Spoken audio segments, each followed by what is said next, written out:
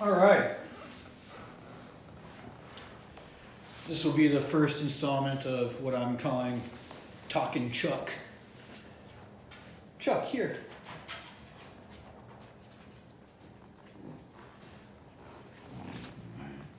Chuck, sit. Chuck, sit. Yeah. The purpose of this video is just to communicate what's going on with Chuck to his owners, Brewster and Nick. You guys, I'm sure, are curious how this guy is doing in a more verbose thing instead of just watching him do some stuff on video. So let's talk it. The things that I see as the greatest emphasis for Chuck is we got to have him no accidents no pottying accidents in the house. That's not acceptable. And then there's his reacting aggressively to other dogs during walks.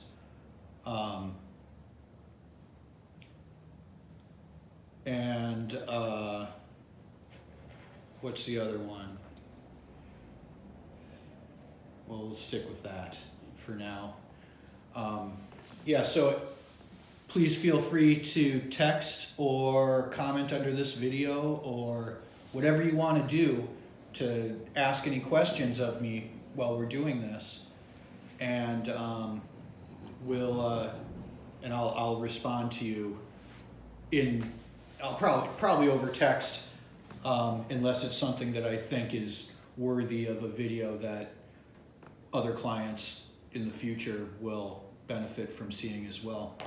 Anyhow, Chuck, you got an eye booger. Got it. Chuck, down. Chuck, down. No, Chuck, down. Good. So let's start with pottying. There have been 0 mistakes, not one ever. He gets lots of opportunity to go outside, and every training session starts with going outside to go to the bathroom, because dogs that have to go to the bathroom are not going to be paying attention to the training. So everything is good as far as that goes.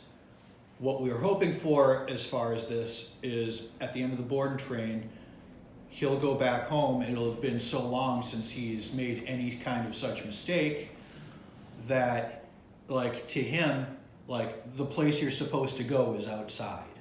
That's what it'll be for him. The way to make sure that that sticks is you go through the house on all the places where he has made a mistake and you clean it up super good. You go in and you know, if it's not on carpet or something, you use bleach, and then you clean it up, let it dry, and then clean it up again this second time with white vinegar, and that will completely obliterate any smell, because you don't want him sensing, oh yeah, that's my pee spot, because then he's going to be tempted to use it again.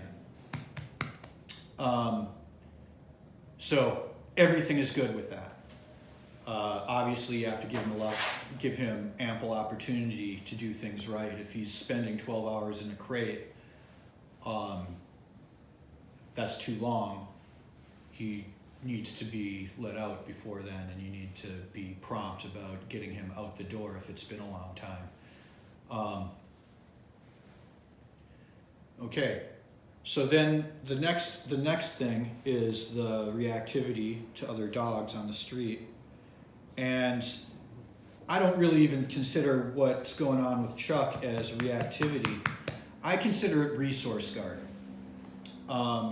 Chuck has been trained with treats in the past, I believe, and he gets a lot of treats at home, and that can be real confusing to a dog as to the status, because if he starts thinking that you're a resource for treats, if that's your status in his mind, is you're basically a vending machine for, you know, handing over chunks of liver or whatever, that lowers your position with him. And you know, he'll see the other dog coming at his source of treats, and he will feel like he needs to defend it, keep that other dog away. And it's not with all dogs. It's usually the dogs that are on a harness and are acting erratic that sets him off a little bit. Like, the calmer the other dog is, the calmer he is. But you can see he's wearing his e-collar. And the reason why he's wearing the e-collar, there's two reasons. One is I've got a bad back, and if I was not using an e-collar with a dog doing what Chuck does, I would have to bend over. When the moment his eyes lock onto that other dog, you touch him, and that breaks his concentration on that other dog, and then you redirect to something else. Usually heel, going off in a different direction, is what I prefer to use, is like remove him from the situation and show him that, no, that's not appropriate, I want you to do this. That's effectively what I'm doing. But I'm using the e-collar, I use the vibrate feature, because it actually does a better job of breaking his attention, because it kind of surprises him because he's not expecting it.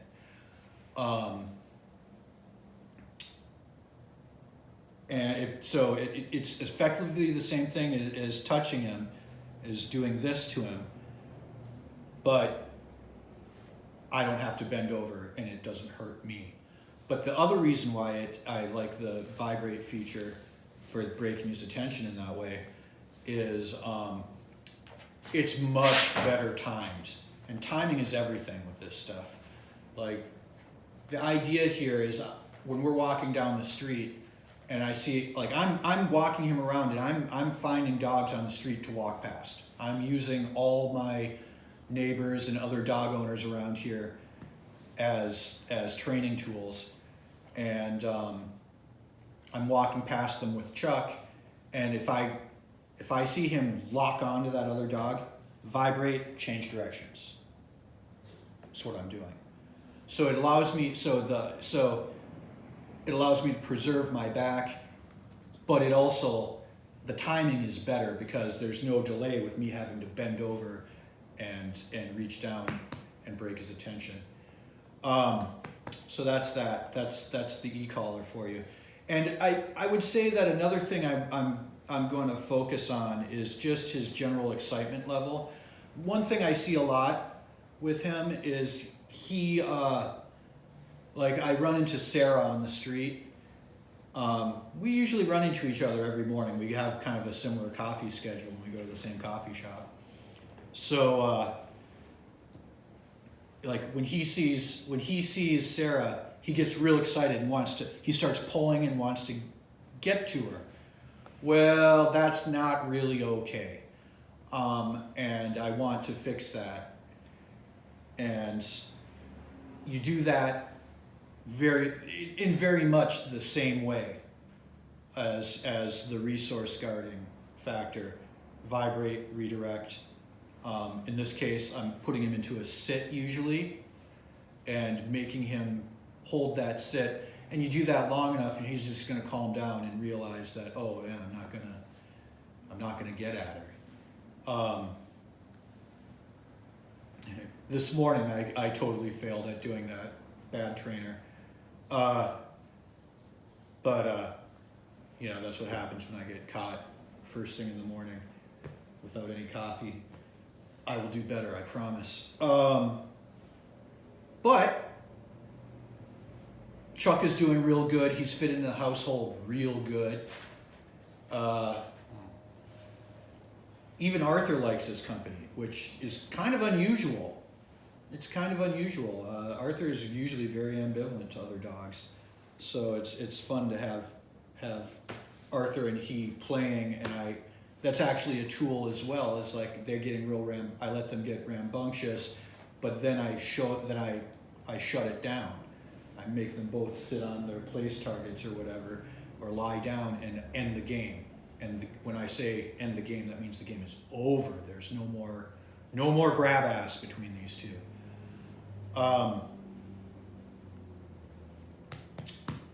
What else is there to say? Chuck is casting between the place targets fairly well. He's doing real good. I've got him fetching.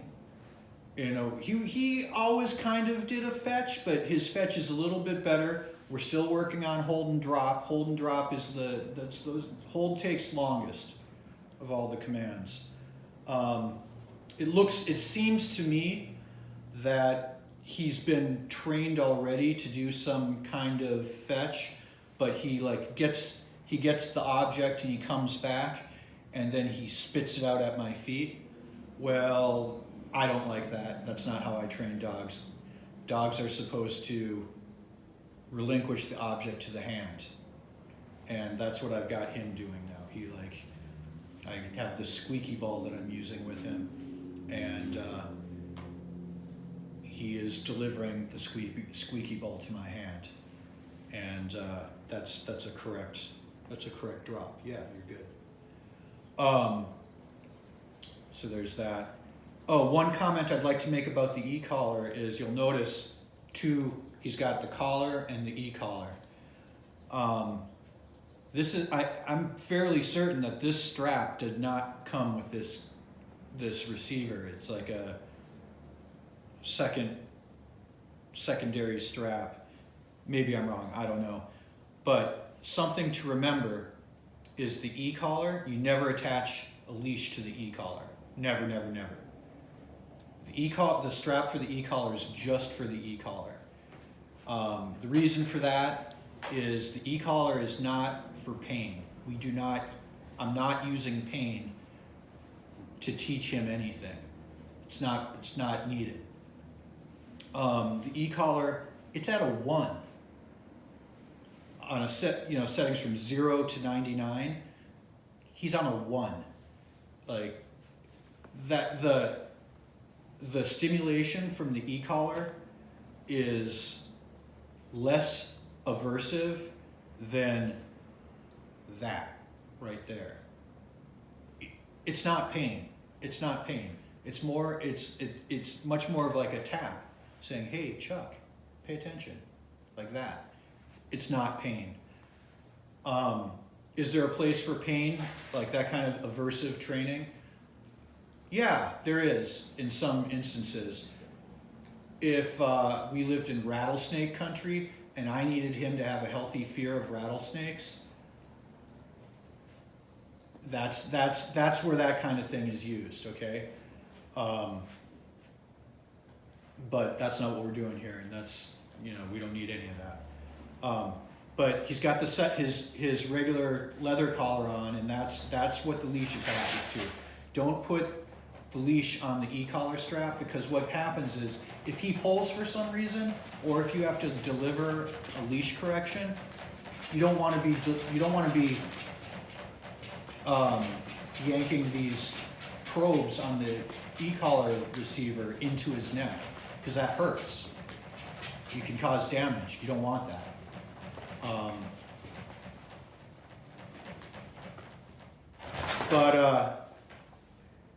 Yeah, I'm using the e-collar, and it's helping. I can really tell the difference in Chuck when he wears the collar.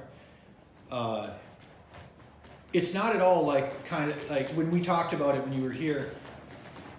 You said that you put the collar on him and he kind of sulks and kind of, and I'm not getting that. I'm really not. And it may be that I'm very sparing with its use, and he's forgetting that he's even wearing it. But the way to use this e-collar is I'm conditioning him to behave in a certain way. And he's wise to the e-collar. He knows that I've got that control. So when I put it on him, he's definitely, his behavior does change for the better. But what we're doing here is I'm putting it on him every morning, taking it off every night, and the idea is as he spends more and more and more time behaving a certain way, that gets conditioned to be his instinctual behavior. You know, we're conditioning behavior into him. So that's how he reacts to the stimuli in front of him. And so it's a giant mistake to take the e-collar off, to stop using the e-collar too soon. It's a real common mistake where people are like, people have the idea that it's kind of a punishment or something. It's not a punishment. It's a tool for communicating to your dog. Because they don't have language, and you need to find a way to communicate them in a way that they can understand. And properly used e-collars is a very good communication tool. So things are going good. If you have any questions, I've probably already said this, but if you have any questions, text me, comment under this video, call me, whatever you want, it's fine. And I will get back to you almost immediately, because all I do is train the dog. Yeah, ain't that right, buddy boy? Chuck is good. Let's have a good look at him. There he is.